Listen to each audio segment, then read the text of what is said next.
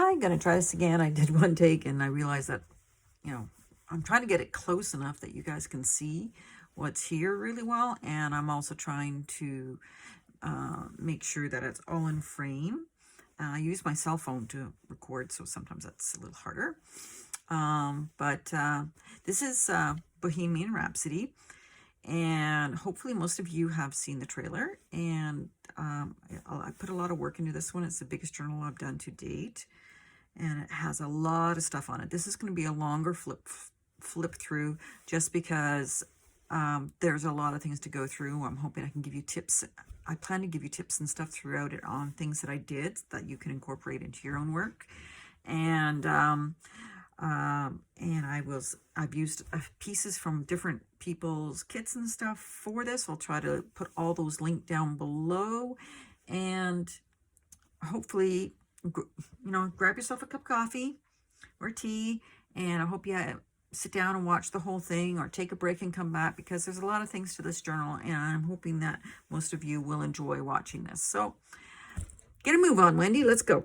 Okay, so open her up.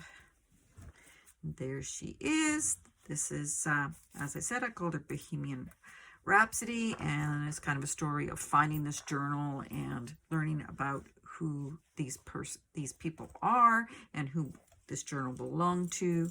On the front here, we have, it's actually on photocopy paper. It's a print of, from Emil Eisman Simonowski, was the original artist of this girl, and it's called Gypsy Girl. It's just the title, people. I'm not, but it's just the title if you want to look it up. It was painted in 1883. She was fairly a common model throughout his many of his paintings, and so I'm assuming that he dressed a lot of them up. This is from Tuke's craft table, the kit.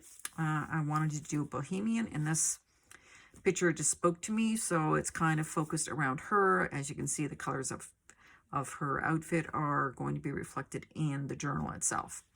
So this is kind of an ode to the Gypsy girl. The Roma people, I will, is the correct term, and I mean it no disrespect whatsoever. It's just the title. Anyhow, on we go. So this trim, a lot of it are pieces that I don't have any more of. So some of the things in here are definitely things I can't get it again. And so she's very much one of a kind and will not be repeated, at least not by me. I gave her a very, very special bookmark here that I made. This is remnants of sari ribbon in here that I tied here. I'll take it out because I think it'll be easier to show you if I remove it from the actual journal. So this and is, that's banana silk, which is kind of cool to find. And I made some fabric beads here, and then I also added some little faux Roman coins on the bottom. And this, and I've got just different things to represent the Roman people. A lot of the women would be fortune tellers. So there's a little glass ball here. They believed in the aromatics, and I think they would be very much into aromatherapy if today. So this is just a little ball, and there's a charcoal thing in there. It opens up, and there's a charcoal thing in there that you can put essential oils on. Got a little dragonfly charm here. There's a turquoise turtle. This is from an old bracelet that I had.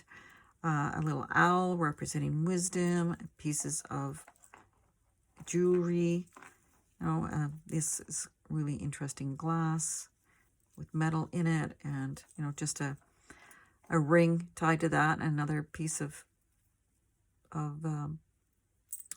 beads, a moon, all things that I thought would be something that they would have more relate to.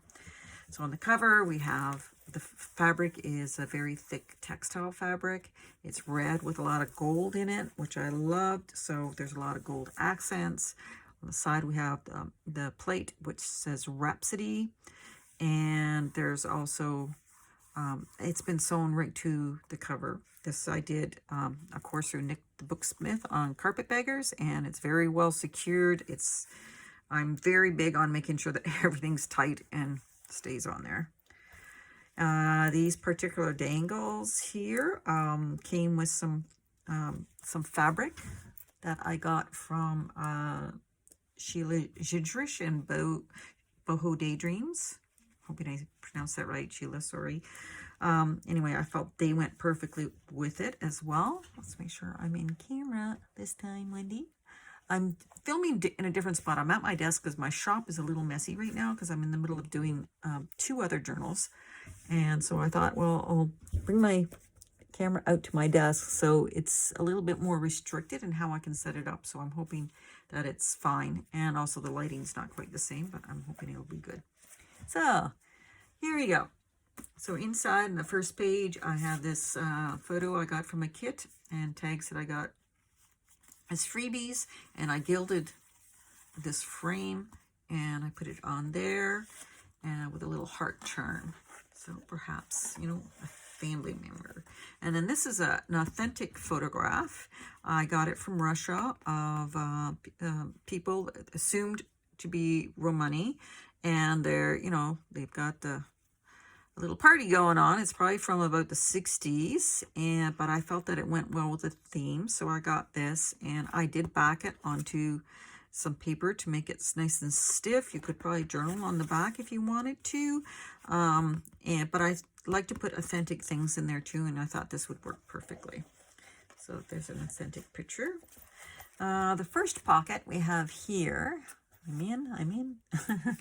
Okay, first pocket we have here is with a faux butterfly slide that I made here, and in behind there is a tag here that you can pull out and journal on in behind, and it just fits in there perfectly. Lots of Tim Holtz paper in here that I used. I love the colors. A lot of William Morris as well. I'm a big fan of William Morris paper. I've got a book, and this is actually the paper that was in the book that I took out to make this pocket. And then that's some Graphics 45 paper, and then there's some room for journaling. That's the avocado paper, and so it kind of tucks in there, and it's almost like a hidden spot. Of course, maps, and then we have the some vellum that I printed music on, and it's in German. But one of the things I learned about them is that they do speak a lot of different languages, just, you know, and plus they have their own language. Some tea-dyed paper, a little cluster up here, and then I've got this little pocket here, a tea-dyed wax pocket, and that's just a card I made. It's not authentic, it's just one I made off a kit online. I'll try and put all the links for these different things. And this is just something I got in a monthly box. And then here we have an old map, and I have this trim, these big tassels. I didn't have much of this, but I had enough to cover this. And this is a brooch. So it can be removed. So if somebody wanted to remove it, I just thought, oh, maybe she would have had this beautiful rose brooch. So I thought, okay, I'll put this brooch in, but it does make it thicker. But if you want the book to sit flatter, you could take the brooch out easily. So it's a vintage brooch. We got blueberry dyed paper, some craft paper with original stamps here. And this is from Tuke's kit as well. And then I got some nice gold paper clips, and I turned the edge so it doesn't catch with a little one of those. They're all on the bottom of it, as you'll see later. I took these off some jewelry, the faux Roman coins, and this is a faux fortune telling card and journal card, and plus this piece here I thought was cool. Put that on there. Oops, sorry. There we go. Blueberry dyed paper. There's the other side of the map, and some more in this side of this pocket.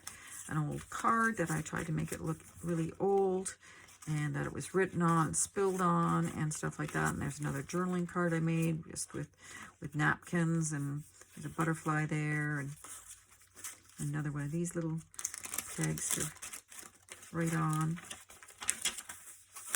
And one of the things, like this paper here, I got in a, I believe from Walmart, one of those big 12 by 12 pads. And they're always white on the other side. So I have bought kits that are just background pictures. And they, you know, they're kind of like this plain, but I find it adds to them rather than just being plain white. You can still write on top, but it adds, makes it so that it's not, because especially when you're going for a vintage theme, you like to have less white. Like this, a little bit's fine to me, but that's the way more. And then these little things here I thought were perfect to put along the bottom of this paper. They went so well with the green. And then this piece is just like a half piece of the Tim Holtz, and I put just a little scrappy little thing here, and I try to think, okay, what kind of materials would they wear and stuff like that, and just make it look like it might be something from their clothing. And then some little sayings there, and some Edith Holden, and here this more William Morris, the gold trim, and then a little pocket watch charm, and then here's some of the cards I have gilded on the sides, and we have some more cards here, like fortune telling, and this is yeah, fortune telling, and this is more fortune telling that I made. And this is a real postcard. It is in Canada. It is Port Dover. It's a harbor, and it's a real postcard. So I thought I'd put that in there. It's kind of neat. So I think they might actually go in boats sometimes. And here's another clip with a faux Roman coin on it from a piece of jewelry that I had. And in here, there's some more cards. Made it look like it was kind of broken. And another journal card. So that goes in there. I have another little pocket here with a little pressed flower in it. And a couple of journal cards. More tea-dyed paper. And that's vintage paper as well from you know, for accounting. And here's a scrappy little notebook I made. All kinds of little pieces of paper in there, tea-dyed paper and stuff like that that you can pull out and use. This is some red onion parchment paper. This particular piece is very delicate. I will put the card in, but I didn't want to be playing with it too much because it is so delicate, and so I'll leave it up to whoever buys it if they want to keep it in there or not. But this is an original bag from this company in Pennsylvania for chewing and smoking tobacco. So that is an original piece, but as I said, it's delicate, so it's glued down. And I made a card for it, and I will put this in. That is a print off from some music paper I have, some vintage, and I printed it on some tea-stained cardstock that I have. More pages. See, this is another one. I printed on the back some paper that I have, just so it's not plain white all the time. And that's a recipe for gooseberry pie. And then we come to, this is some lavender that I have. And now I glue each one of these. I actually take each piece and I hand glue all the little things to try and hold it in as best as I can. But still, if you rub it, it's going to fall apart. So it is a delicate piece. But if you warm it up a little bit, like with a hairdryer, I had to dry the glue. So that's what I did. And it will smell like lavender throughout your house. And then there's some more cards here that I made, journal cards.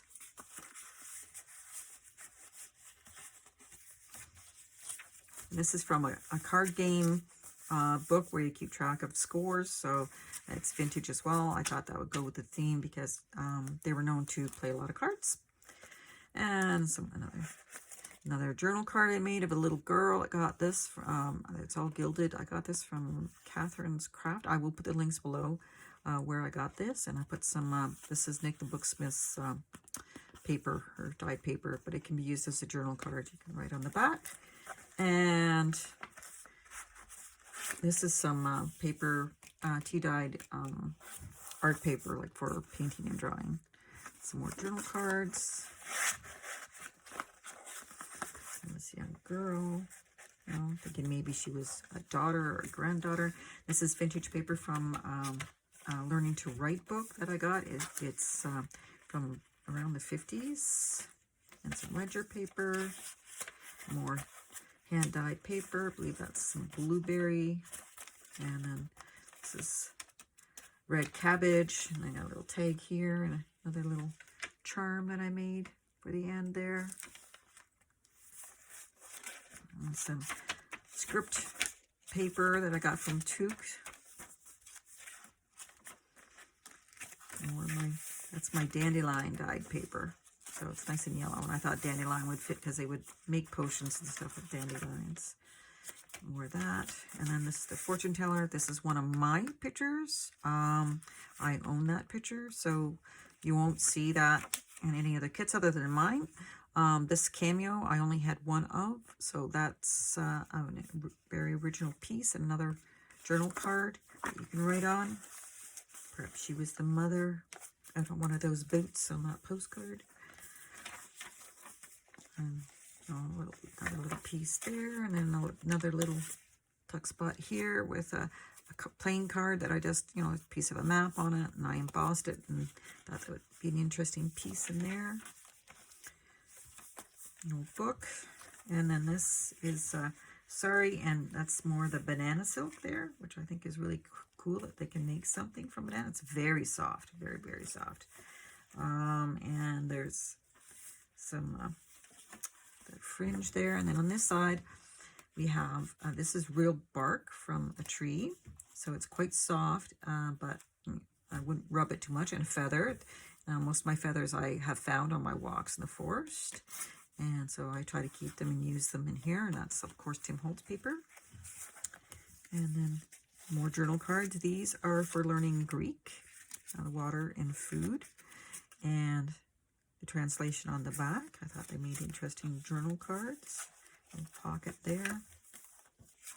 It's from a science book, vintage science book. And this one I made myself. I mean, this is actually a shell that I picked up in the forest. I think it's from an oak tree seed. I'm not sure. Anyway, I opened it up and I put it on I put green ink on it, and then I stamped it on this page. And I like the way it turned out. And then this is from a fan that I had taken apart, and I used it as French. And there's all these beautiful little gold, stars in it. And I thought that would work really nice on here. That's some more of my blueberry type paper. And then this is the annual register from 1795. It's Dublin. It's kind of like a news thing. And that's Edith Holden there again. And this is also from Caroline's kit. And I put a button that would represent, maybe a button of that time, and maybe, fabrics that they would have used at that time. And that's more of the banana silk around there. And then this is another little tag spot, just a few simple tags. And this was a fun little project that I did for this. This is from Pegasus Paper Company. And she had this. As soon as I saw it, I made it. Like as soon as she posted it in Facebook in one of my groups, I made it. I had to do it because it's a cabinet of curiosities, and it had a theme of fortune teller. So of course I had to have it. So we've got the little fortune teller's crystal ball, and I even glazed it so it's kind of shiny on there. These are glued in, and there's a little love potion there because they would have little potions and stuff that they would sell for healing.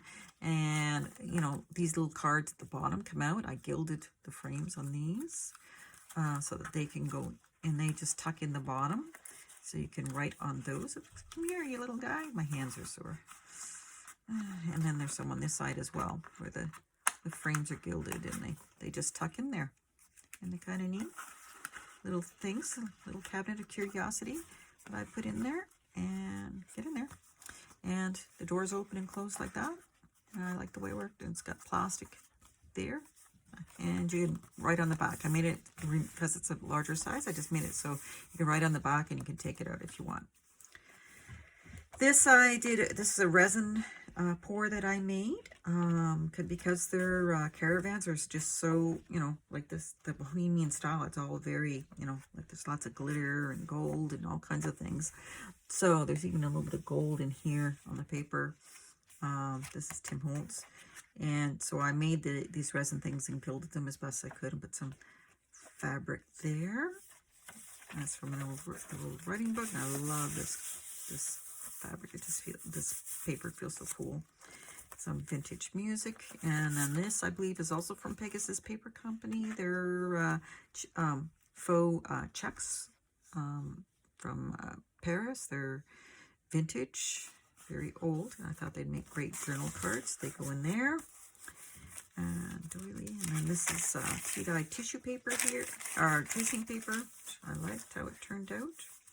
And because they made a lot of their own things, I put some gardening things like this. There's these weeds and stuff that, well, we consider weeds, so that they could cultivate and use for making potions. And then this is another dyed. I love the way this turned out. I was doing some tea dyeing, and I was doing some blue as well, and I took a leaf off one of my trees in my backyard, and I just did it in the blue and then stuck it in the middle, and that came out. I really love that effect of how it came. Now this is a special page. Of course they would have maps of wherever they go, so I did a Turkish map fold, and this is a map I got the papers from Walmart, a Walmart pad, and I put this in here. As you know, they're going to travel, so I wanted to put a map in here. I wanted it to be kind of cool of how it's put in there, and I aged it, made it look like, you sat a cup of coffee on it or tea, and and you can draw little lines of where you've traveled over there, or put little dots, and and it's just, I thought it would be something cool in there. More clusters, more about dandelions and that, and register. And this little card I made for this gentleman, I have this picture as well. It's gilded around the edge. He has a pocket watch in the picture, so I made a little pocket watch to dangle down here, and fabrics that I thought he would wear. And then this piece, I only had a tiny little bit. I think I might have an inch or two left of this, and I'd love to find some more, but I thought it was so cool how it's gilded on this side. You guys can see it all. And then a vintage stamp. There's a couple of those throughout there. And then this page is this dragonfly that I did, and went perfectly with the Tim Holtz paper there. And then this one, this is from Sheila, one of her fabric kits that I bought from her, for trimmed kits, and I love that little elephant, and he goes perfectly in there. And then some more cards that I gilded on this side, again for journaling. And then in the back pocket here, we have another couple of faux fortune-telling cards again, and then this is a real postcard. I just thought he would fit well in there. And then another journaling card that I gilded I got out my stencils and I gilded on it, so you can journal on the back of that. It's got a little leaf there. These guys will go in here. And then if you look at this from the side, I mean, she's a little bit chunky, but I mean, there's so much here, and she's so beautiful and colorful, and I just love that that's the bottom, the side. I mean, I just love how she turned out, and I'm very proud of the work that I did with this, and I'm sure whoever decides to buy this will be very happy with it as well.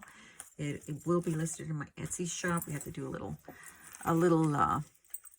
photo shoot with her, and then she'll be all done and ready to go. Anyway, thanks for watching, guys. If you made it this far, really appreciate it. I hope your coffee's not cold now, and that you'll have a great rest of your day. Bye.